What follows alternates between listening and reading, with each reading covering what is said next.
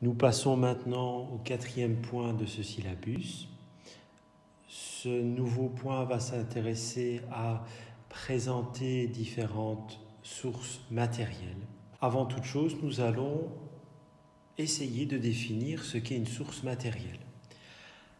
Dans ce syllabus ainsi que dans le cours suivant, nous présenterons différents types de sources. Les sources matérielles, bien entendu, mais aussi les sources écrites, iconographiques, épigraphiques, orales, sonores et audiovisuelles. Pour l'instant, intéressons-nous aux sources matérielles, les sources découvertes par les archéologues.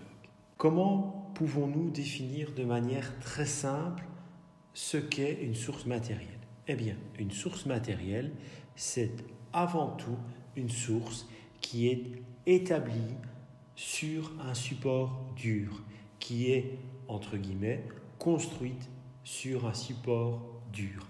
À la différence, par exemple, des sources écrites basées sur un support souple, par exemple du papier, du papyrus, de la toile, du tissu, etc. Parmi les sources matérielles, nous allons distinguer différentes sous-catégories. Nous allons parler des sépultures, des poteries céramiques, des restes alimentaires, des monnaies étudiées par les numismates, des formes d'habitat et des monuments. Commençons par les sépultures. Lorsque l'on travaille sur cette thématique, il faut distinguer deux grandes catégories de chercheurs. Nous avons d'une part les anthropologues et d'autre part nous avons, maintenant nous les connaissons un peu mieux, les archéologues. Ces deux spécialistes vont travailler à l'étude des sépultures. De quelle manière ? Commençons par nous attarder sur la démarche anthropologique. L'anthropologue va s'intéresser au reste humain, l'anthropologie étant l'étude de l'homme. Vous avez dans le syllabus différents schémas, différents documents en annexe qui montrent toute l'importance de l'analyse des ossements humains lorsqu'ils sont découverts, mis au jour dans une sépulture ancienne.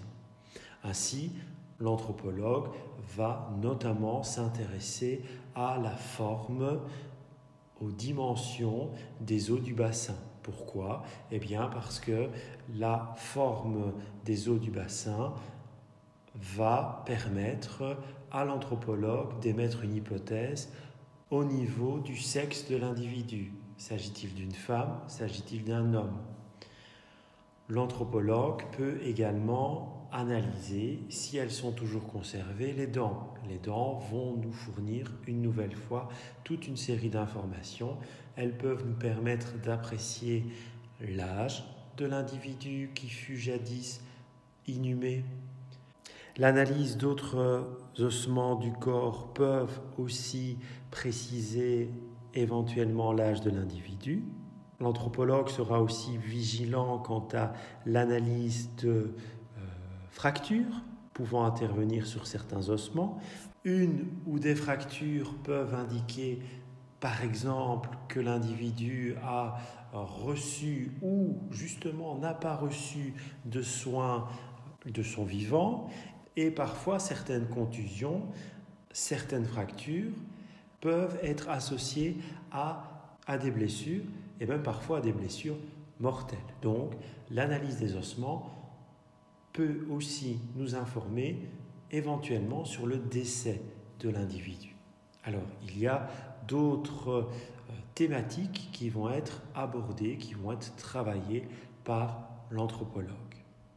Ainsi, en résumé, et ce n'est pas un tableau exhaustif, l'anthropologue pourra s'intéresser au sexe de l'individu, à l'âge, au niveau social de celui-ci. En effet, si de son vivant il a reçu différents traitements, ceux-ci peuvent indiquer d'un niveau de vie relativement aisé. Il en va de même pour l'accès aux soins.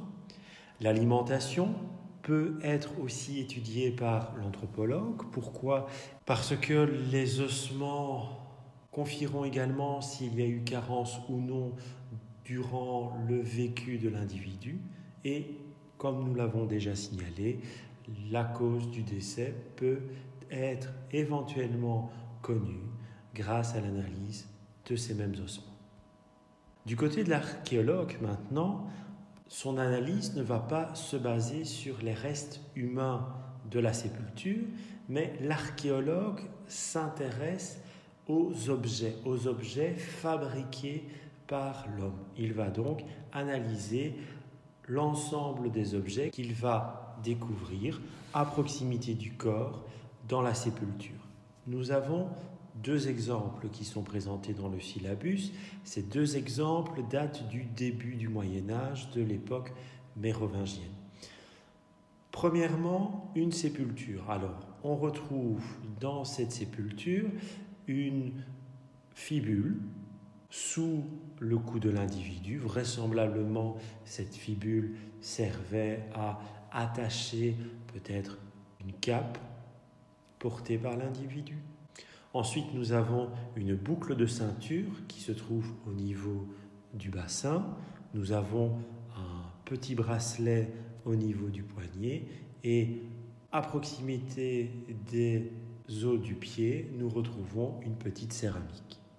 Ce qui est intéressant, bien entendu, ce sont les objets qui sont trouvés dans cette sépulture, mais ce qui est tout aussi intéressant pour l'archéologue, c'est de constater l'absence de certaines pièces. Ainsi, par exemple, on ne retrouve pas d'armes, on ne retrouve pas un nombre conséquent de bijoux précieux. Quelles pourraient être les conclusions de l'archéologue pour cette sépulture? Il s'agirait vraisemblablement d'une femme. Vu qu'on ne retrouve pas dans cette tombe d'armes.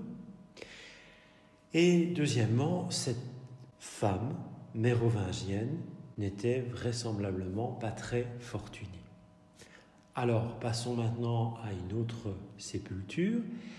Dans cette sépulture, nous retrouvons différentes armes.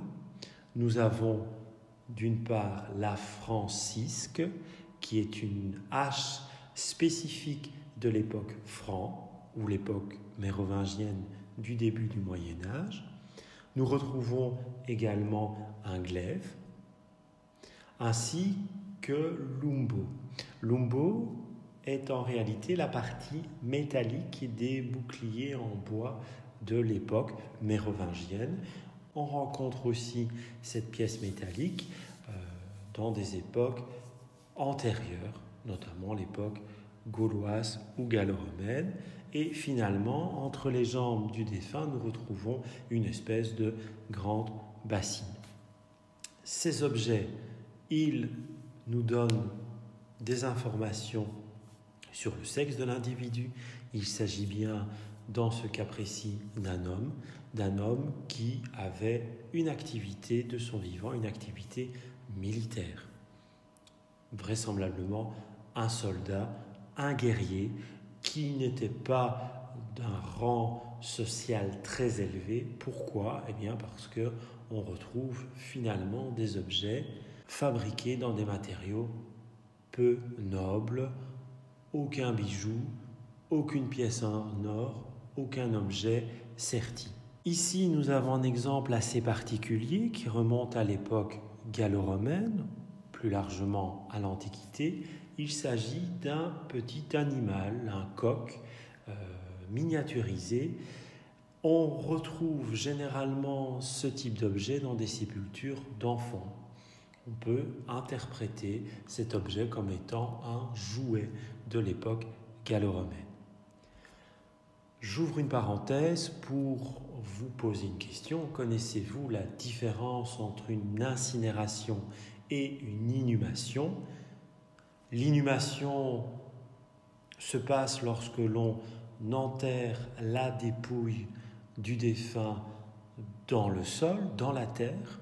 L'incinération existe lorsque l'on incinère, lorsque l'on brûle la dépouille du défunt. Alors, la photo que vous voyez sur cette diapositive est une reconstitution que l'on retrouve au musée gallo-romain d'Arlon. C'est en fait une urne funéraire. Pourquoi ? Eh bien, à l'époque romaine et gallo-romaine, la tradition était d'incinérer la dépouille du défunt et de placer les cendres dans une urne, une céramique, une urne funéraire qui était ensuite enterrée.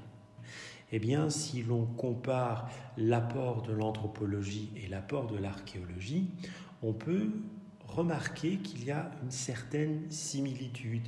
Les deux analyses se complètent et vont tenter justement d'apporter des précisions quant aux diverses thématiques qui sont retranscrites sur cette diapositive.